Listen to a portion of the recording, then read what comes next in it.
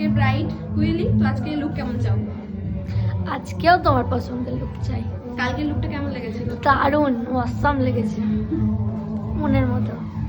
ব্রাইডকে দেখে আশা করি সবাই বুঝেই গেছো, তার ব্রাইডাল লুক নিয়ে তোমাদের সামনে এসেছিলাম। আজ তার রিসেপশন লুক। প্রথম দিকে কোনো ক্লিপই নিতে পারিনি, কারণ যেই ঘরটায় ওকে সাজাচ্ছিলাম ওই ঘরে কোনো লাইট বা কোনো কট কোনো কিছুই ছিল না। তো মেকআপ কমপ্লিট হয়ে যাওয়ার পর তারপর ওদের ব্যবস্থা করার পর তবে আমি রিং লাইট জ্বালাতে পারি, তাই ওই শেষের ওইটুকুই আমি ক্লিপ নিতে পেরেছি। ওর খুব ইচ্ছা ছিল যে ওপেন হেয়ারের মধ্যে রাখবে, কিন্তু ওর হেয়ারটা দেখতেই পাচ্ছ খুবই ছোট ছিল। এবার হুট করে বলার কারণে কোনো এক্সটেনশন কোনো কিছু নিয়ে যাওয়া হয়নি। আর ওর ইচ্ছাটাও তোকে পূরণ করতে হবে ওর স্পেশাল ডেটে, তাই যেটুকু নইলে নয় ওকে ওপেন মধ্যেই করে রেখেছি। তো ফাইনাল লুকটা দেখো আর কেমন লাগছে তোমরা কিন্তু অবশ্যই জানিও।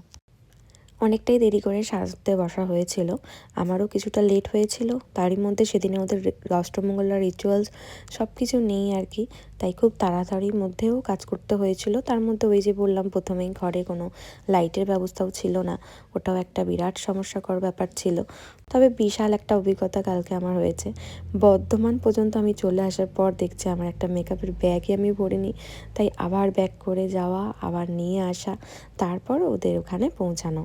লোকেশনটাও কিন্তু আমার বাড়ি থেকে খুব একটা কাছে ছিল না, ছিল ঘোষ কমলপুর, যেটা গলসির ঠিক আগে।